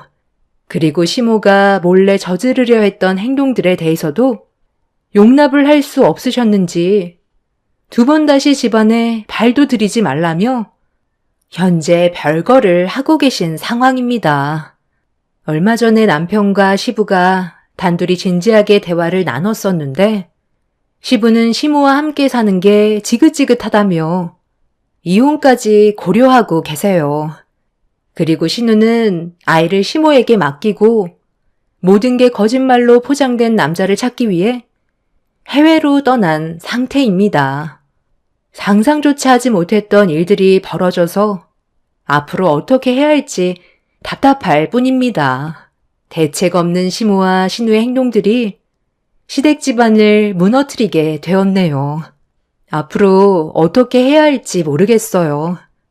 시모는 저에게 아이 좀 봐달라고 계속 요청 중이에요.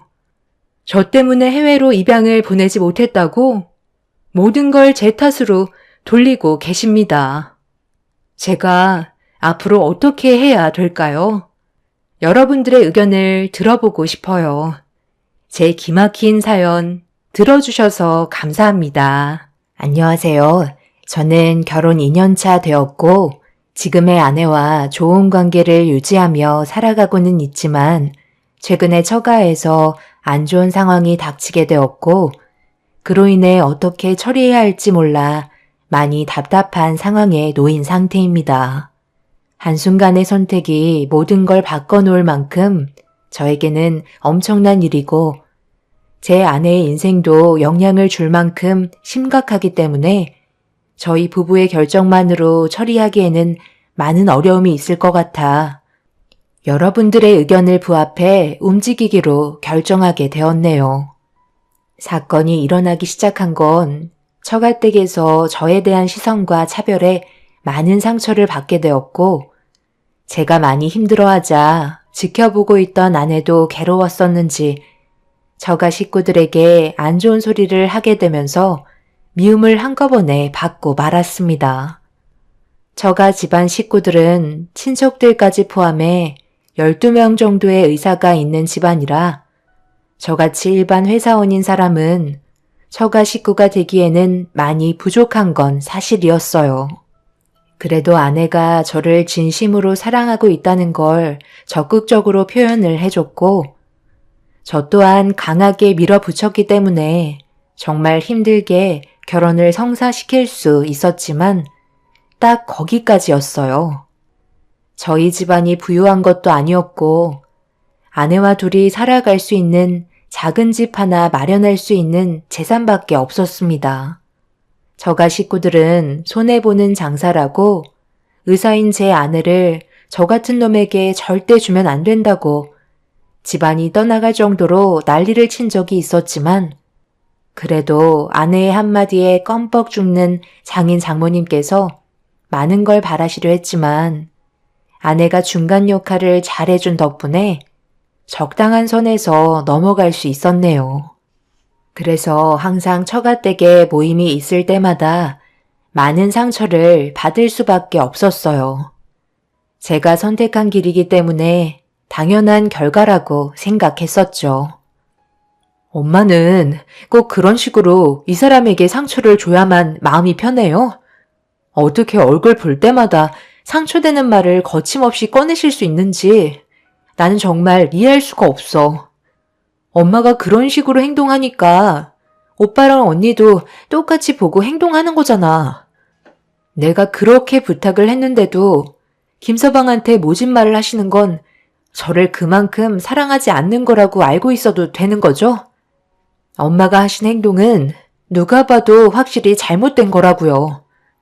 사위로 받아들여 주셨으면 앞으로 저희가 잘 살아갈 수 있게 응원해 주실 수 있는 거잖아요. 그게 그렇게 힘들어요? 엄마도 의사 아니었잖아요. 내가 의사가 아닌 거랑 사위가 의사 아닌 게 어떻게 똑같이 비교할 수가 있는 거니? 남자라면 기본적인 능력이 있어야 하는 건 당연한 거잖아. 집안이 가난해서 의사가 되지 못했다는 건 하나의 핑계일 뿐이다. 모든 사람이 의사가 될 필요는 없는 거고 의사 집안을 유지하려고 노력할 필요도 없다고 생각해요. 김서방, 자네가 의사였다면 당연히 대우는 달라졌겠지.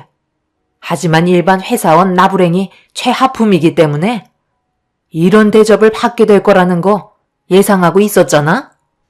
우리 집안과 다른 자네가 사위가 되기로 마음먹고 들어왔으면 감수해야지. 장모님은 온갖 안 좋은 말들로 저에게 상처를 주셨고 일부러 저를 계속해서 물어뜯어 내칠 생각만 하셨던 것 같았어요. 아내와 함께 살아가기 위해서 제가 할 수 있는 건 참고 넘기는 것 뿐이었습니다.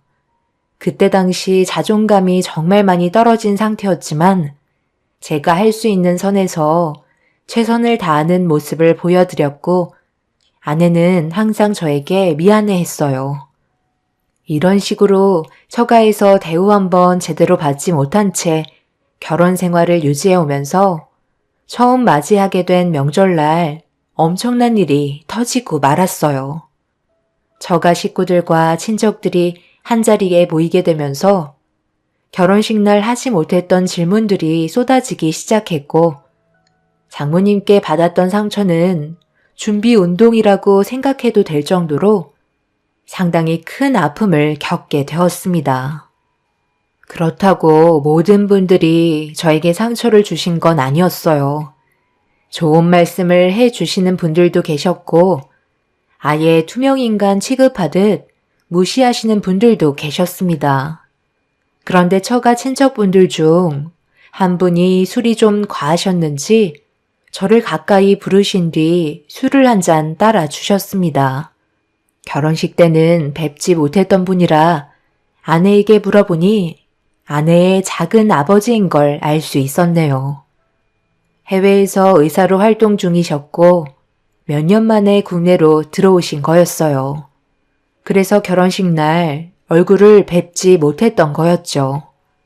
저는 숙부님이 따라주신 술을 들이켰고 자리에 앉으라는 손짓에 조심스럽게 옆으로 다가가 앉았습니다. 자네는 왜 이렇게 힘든 길을 택한 건가? 당연히 대우 못 받을 거 뻔히 알고 있었을 텐데. 모든 걸 감수하고도 우리 집안에 들어올 만큼 예진이를 사랑했던 거야.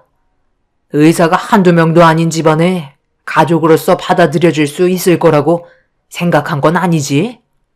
아무리 생각해도 이해가 되지 않아서 자네와 진지하게 대화 좀 해보려고 부른 걸세. 도대체 무슨 생각인 거야? 예진이를 사랑하기 때문에 결혼을 결심한 건데 무슨 이유가 있겠어요. 언젠가는 저도 인정받을 날이 올 거라고 믿고 있어요. 자네와 나는 오늘 처음 보는 사이지? 그때 내가 너무 바쁘게 지내는 바람에 결혼식에 참석하지는 못했지만 아마 내가 그 자리에 있었다면 둘의 결혼 뜯어 말렸을 걸세. 식장을 초토화 만들어서라도 취소시켰을 거야. 다른 사람은 몰라도 나는 자네가 예진이와 결혼한 진짜 이유가 뭔지 전부 다 내 눈엔 보이거든. 솔직하게 얘기하면 더 이상 문제 삼지 않겠네. 자네 한몫 챙기려고 들어왔지? 순수한 내 조카 이용해서 재산 뜯어가려고 접근한 거잖아. 지금 그게 무슨 말씀이시죠? 제가 장인어른의 재산을 탐한다는 건가요? 어떻게 그런 심한 말을 하실 수가 있으세요? 자네가 그러지 않고서야 온갖 핍박을 다 받으면서 들어올 이유가 뭐가 있나? 그런데 나만 그렇게 생각하는 게 아니야. 우리 집안 사람들 전부 다 지금 자네를 경계하고 있다고.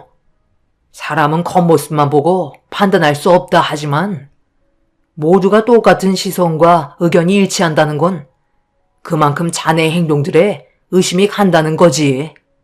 보통 이만큼 안 좋게 대하면 웬만한 사람들은 못 견디고 뛰쳐나갈 건데 자네는 거머리처럼 떨어지지 않고 우리 집안에 붙어 있잖아. 그게 뭐겠어? 큰 거 하나 제대로 챙겨보려고 버티고 있는 거겠지. 자네 표정을 보니까 내가 천국을 찌른 것 같은데. 술이 많이 취하신 것 같으니 저 먼저 일어나 보겠습니다. 이런 식의 대화는 옳지 않다고 생각되네요. 일어나서 자리로 돌아가는 건 자유지만 이거 하나는 확실하게 하고 넘어가는 게 좋을 것 같은데. 자네와 우리 집안은 물과 기름 같은 존재야. 절대 섞일 수 없고 가까워질 수도 없지. 그러니 좋은 관계를 유지할 수 있을 거라는 꿈을 버리도록 하게.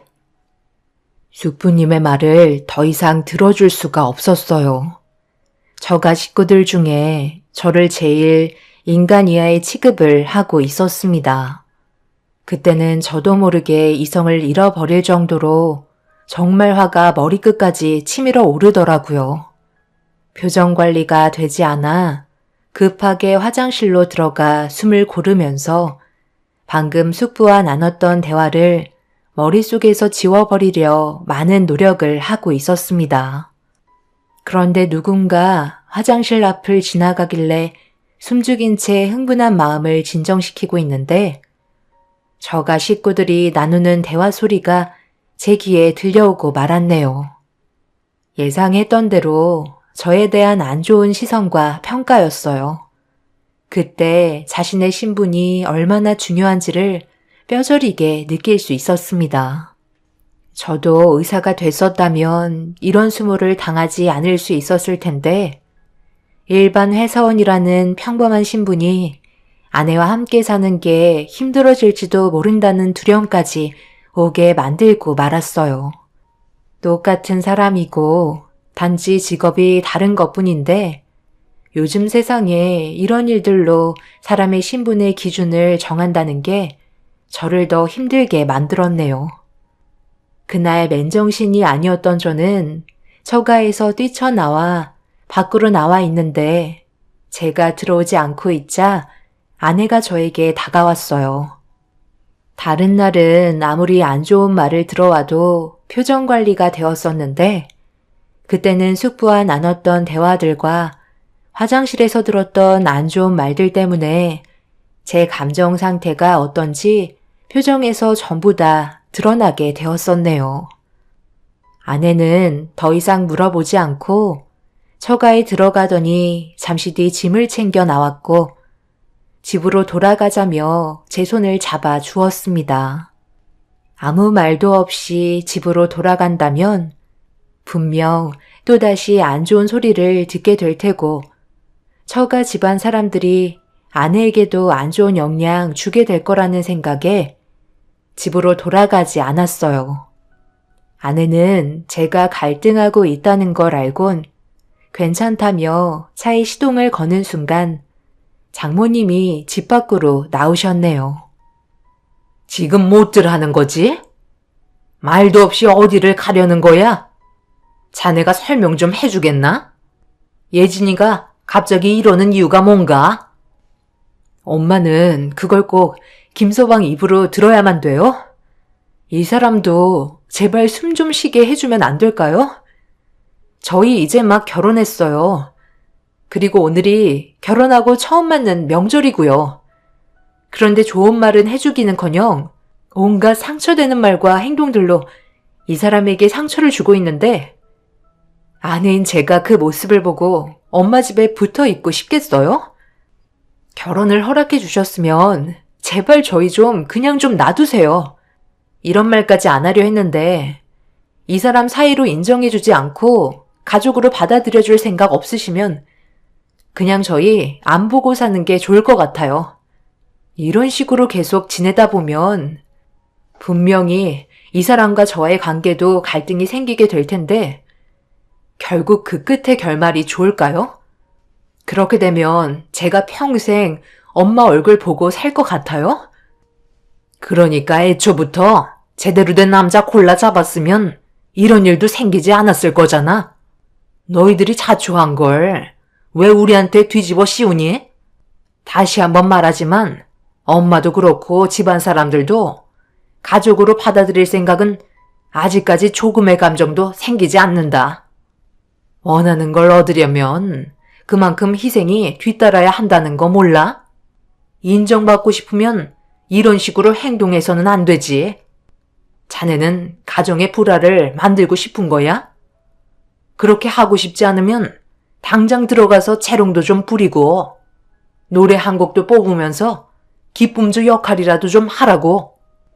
좋은 이미지를 쌓는 건 자네 하기에 달렸다는 걸 잊지 말게. 엄마, 이 사람이 무슨 광대야?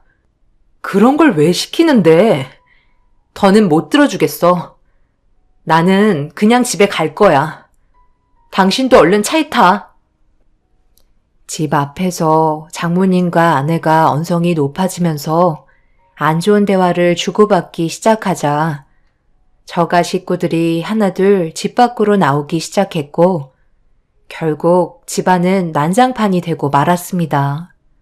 처가 식구들의 화살은 전부 저에게로 향하면서 분위기가 안 좋아지자 좋게 대화로 풀어나가려 했지만 이미 술에 취하신 몇몇 분들이 입에 담지 못할 말들을 퍼부으면서 저에 대한 증오를 표출하셨어요. 말리시는 분들과 저를 잡아먹을 듯 달려들려고 하시는 분들의 중간에 껴버린 저는 어쩔 수 없이 처가 집안 식구들을 피해 차에 올라탈 수밖에 없었습니다. 그렇게 저희 부부는 집으로 돌아오게 되었고 결국 아내는 눈물을 쏟아내고 말았습니다. 그런 모습을 보고 있는데 제가 해줄 수 있는 게 아무것도 없어서 가슴이 찢어질 것처럼 아파졌고 아내는 차라리 인연 끊는 게 좋을 것 같다며 가족 없이도 잘 살 수 있을 거라는 쓰린 말을 뱉고 말았습니다. 그렇게 한참 동안 흥분을 가라앉히지 못하는 아내를 진정시키면서 어떻게 하면 이런 갈등을 없앨 수 있을지 정말 많은 고민을 하게 되었지만 딱히 방법이 떠오르지는 않았습니다. 어떤 행동을 해도 저를 좋게 봐줄 것 같지도 않았고 또다시 아내의 눈물 흘리는 모습을 보고 싶지 않아 당분간 조용히 지내는 게 좋을 것 같다고 판단하게 되었네요. 그렇게 연락을 하지 않고 지내면서 느낀 건 둘만 좋아서 하는 결혼은 행복할 수 없다는 걸 알 수 있었어요.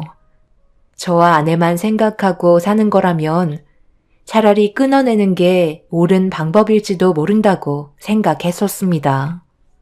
둘만의 사랑으로 모든 걸 헤쳐나가기에는 무리가 있다 판단했고 처음으로 속마음을 털어놓게 되었네요. 저는 아내에게 우리 둘만 생각하는 게 좋을 것 같다고 얘기했어요. 그렇게 해야 안 좋은 영향을 받지 않아도 되고 상처도 덜 받을 테니 최대한 시간을 두고 처가 식구들에게 접근하는 게 저희 부부가 행복하게 살 수 있는 방법이라고 얘기할 수밖에 없었습니다. 아내도 제 말에 동의를 해주면서 처가 식구들과는 아예 연락을 하지 않게 되었네요. 다행히 집에까지 찾아와서 난리를 치거나 핸드폰이 불이 날 정도로 전화가 오지도 않았어요. 처가 식구들은 저희가 불행해질 거라고 생각하고 있는 것 같았습니다. 그렇게 연락하지 않고 지내다 보니 어느새 몇 달이 지나고 1년의 시간이 순식간에 지나가 버렸네요. 1년의 시간 동안 저희 부부만 바라보면서 살다 보니 웃음이 끊이지 않았고 불행하지도 않았습니다. 이런 사소한 행복이 저희가 원하는 결혼 생활이었어요. 그렇게 잘 지내던 어느 날 저희 부부에게 충격적인 일이 생기게 되었고 앞서 여러분들께 말씀드렸던 사건이 터지고 말았습니다. 아내와 함께 저녁을 먹고 있는데 장인어른께 전화가 왔어요. 아내의 표정이 순간 굳어졌지만 워낙 말수가 적으시고 묵묵하신 분이시라 저는 장인어른이 왜 전화를 하셨는지 알 수 없었습니다. 짐작되는 건 1년의 시간 동안 연락하지 않고 지냈으니 이제는 처가에 한번 와봐야 하지 않겠냐는 말씀을 하실 줄 알았어요. 하지만 저희가 생각했던 거와 전혀 다른 대화로 흘러갔네요. 이제 마음 좀 진정이 됐니? 예전에 한번 말했던 거 있었지? 의료원 세울 거라고. 이번에 우리가 계획한 대로 성사가 돼서 조만간 기공식을 할 예정인데 그때 너도 참석했으면 좋겠구나. 이번 기회에 다들 함께 모여 병원을 운영하기로 했다. 저는 그냥 지금 이대로가 좋아요. 거기 가봤자 안 좋은 말만 듣지 않겠어요? 제가 다니는 병원 생활도 만족해요. 가족끼리 병원 운영하는 게 아빠의 꿈이었다는 건 모르니? 이번 기공식은 정말 중요한 자리다. 그러니 꼭 참석해 주길 바란다. 아빠는 의료원 건물 세우는 것만 중요하고 딸의 마음이 지금 어떤지는 전혀 생각하지 않고 계시죠? 저를 조금이라도 이해해 주신다면 기공식 때 오라는 말도 안 하시겠죠. 거기에 참석하기 전에 일단 저희 가족들과 이 사람과의 관계를 먼저 해소시키는 게 우선이라고 생각해요. 아빠는 그동안 엄마와 식구들이 이 사람한테 막말해도 아무런 대응도 하지 않았잖아요. 속으로 똑같이 생각하고 계신 거 저도 다 알고 있어요. 그래도 집안의 가장이면 상황을 정리해 주실 필요가 있다고 생각했는데 관심도 가져주지 않으시다가 기공식 해야 하니까 1년 동안 연락 한 통 없으시다가 갑자기 참석하라면 제가 좋다고 가겠어요? 아내는 결국 가지 않겠다는 결론을 내었고 장인어른은 심기가 많이 불편하신 듯 꼭 참석하라는 한마디 하신 뒤 전화를 끊으셨네요. 아내는 신경 쓰지 말라고 했지만 제가 봤을 때 머릿속이 많이 복잡해 보였습니다. 그래도 집안의 제일 큰 행사인 만큼 참석을 하는 게 좋은 이미지를 심어줄 수 있는 기회일지도 모른다고 생각한 저는 아내에게 좋게 대화를 풀어나갔고 그렇게 기공식 날 아내를 데리고 현장을 찾아갔습니다. 중요한 날인 만큼 저는 차에서 모습을 보이지 않고 기다리고 있었어요.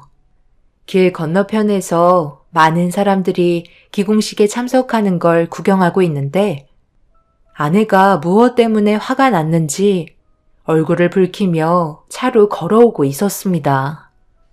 기공식이 시작된다는 말이 들려오길래 걱정되는 마음에 차에서 내려 아내에게 무슨 일이 있었냐고 물어보자 아내는 절대 달라질 수 없는 사람들이라고 괜히 상처만 받았다면서 서둘러 차에 올라타려 했어요.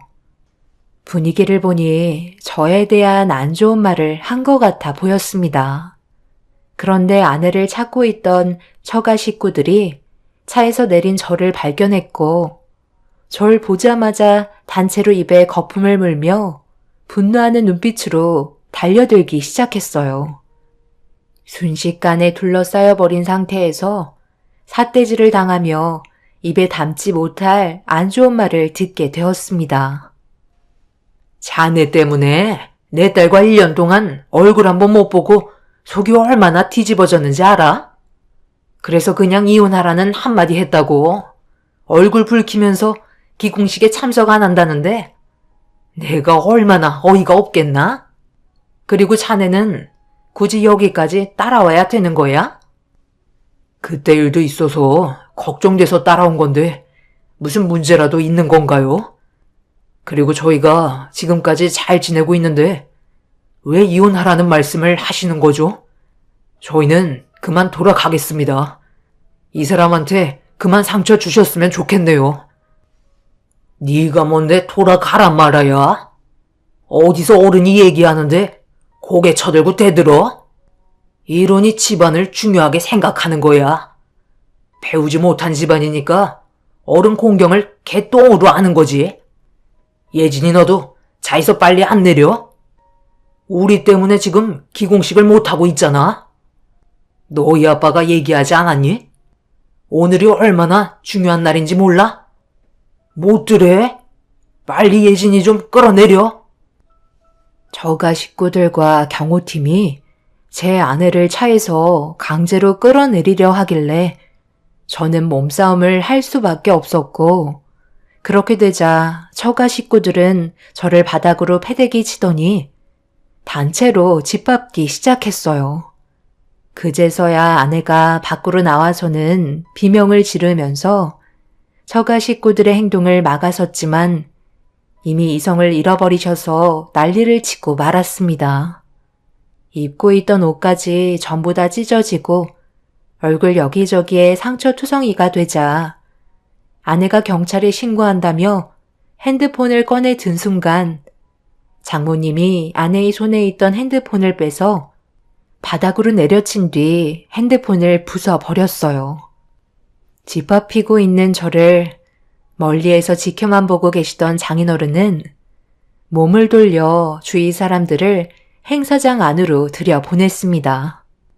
그런데 멀리서 누군가 저를 발견하고 급하게 달려오길래 얼굴을 자세히 보자마자 너무 놀라 급하게 얼굴을 가리고 말았네요. 달려오신 분은 처가 식구들을 강하게 밀치며 저를 일으켜 세웠고 거품을 물고 눈이 뒤집힌 사람들에게 막말을 퍼부으면서 당장 경찰에 신고하라고 뒤따라온 사람에게 지시를 내렸습니다. 이건 집안일이니까 자네가 상관할 바가 아니네.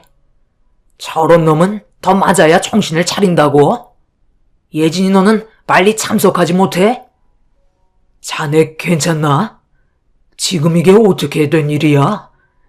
왜 자네가 여기에서 이런 대우를 받고 있는 건데? 그동안 이런 취급받으며 살고 있었던 거야? 이봐 친구, 지금 내 직원한테 무슨 짓을 한 거야? 내일 얼마나 중요한 미팅에 참석해야 되는지 알아? 뭐라고? 이놈이 자네 직원이라는 거야? 나한테 그런 말 한마디도 한 적이 없었는데 이 말이 사실인 거야? 애초에 알고 싶어 하지도 않으셨잖아요. 그러니 아실 수 없으셨겠죠.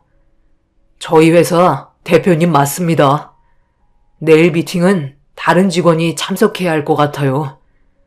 안 좋은 모습 보여드려서 정말 죄송합니다. 제가 의사가 아니라서 이런 취급 받고 있네요. 의사라는 사람들이 어떻게 사람을 이 지경으로 만들어? 이런 인성을 가진 사람들이 환자를 돌보겠다고? 김 차장은 나랑 정말 오랫동안 함께 일해온 직원인데 친구인 자네가 이런 식으로 사람을 대할 거라곤 전혀 생각하지 못했네. 내 직원이 이렇게 당했는데 내가 기공식에 참석해서 의료원에 투자를 하라고? 내가 지금 여기 위치에 올라오게 해준 게 직원들 덕분인데 이런 식으로 사람을 대해? 자네는 오늘부터 내 친구가 아닐세. 그리고 의료원 투자는 없던 일로 하지. 전부 다 취소할 테니 2번 다시 연락하지 말게. 의사라는 사람들이 썩어 빠져서는 무슨 환자를 고치겠다는 거야? 김 차장은 나랑 병원부터 가지. 저희 회사 대표님이 처가 식구들의 의료원 건물을 세우기 위해 도움을 주려는 투자자라는 건 전혀 알지 못하던 일이라 많이 당황스러웠었어요. 대표님의 도움으로 현장에서 빠져나와 아내의 병원에서 간단하게 치료를 받을 수 있었고 대표님과 숙부님이 친구라는 사실도 엄청난 충격이었습니다.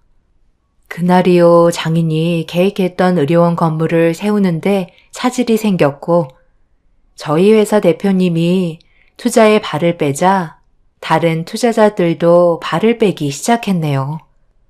처가 집안 식구들은 사태 수습을 하기 위해 저희 집에까지 찾아와 대표님의 마음을 돌려달라고 애원하고 있습니다. 숙부님도 기공식 날에 있었던 안 좋은 일들에 대해 사과를 하셨지만 아내는 이미 큰 상처를 받은 터라 절대 용서해주지 않았어요. 저 또한 마음의 상처가 너무 컸기 때문에 받아들여줄 수 없었네요. 그렇게 회사에서 대표님은 저를 따로 불러 제 결혼 생활에 대해 물어보면서 의료원을 개축하는데 투자하는 일은 절대 없을 거라며 설득시키려 해봤자 소용없다고 못을 박으셨습니다. 숙부님과 대표님은 꽤 오랜 기간 친분이 있으셨는지 많이 실망하신 것 같아 보였어요. 이래서 사람 앞날은 아무도 모른다고 하는 것 같습니다. 이런 상황 속에 처가 식구들은 의료원을 개축하기 위해 꽤 많은 돈을 투자한 것 같았어요. 그래서 무조건 투자자들의 발목을 잡아야 하는 상황입니다. 장모님은 이 일만 마무리되면 정식 사위로 받아주겠다며 좋은 말만 늘어놓으셨지만 그동안 겪어왔던 바탕을 보면 사람 인성 쉽게 변하지 않는다는 걸 알기 때문에 다가가기 힘들 것 같네요. 확실하게 거절을 하고 있지만 여러분들께서는 저희 부부가 현명한 판단을 내릴 수 있게 확실한 조언을 해주셨으면 좋겠어요. 전세가 뒤집힌 만큼 어떤 식으로 해결을 해 나가야 할지 요즘 많은 고민에 빠져 있습니다. 제 사연 들어주신 분들 감사합니다.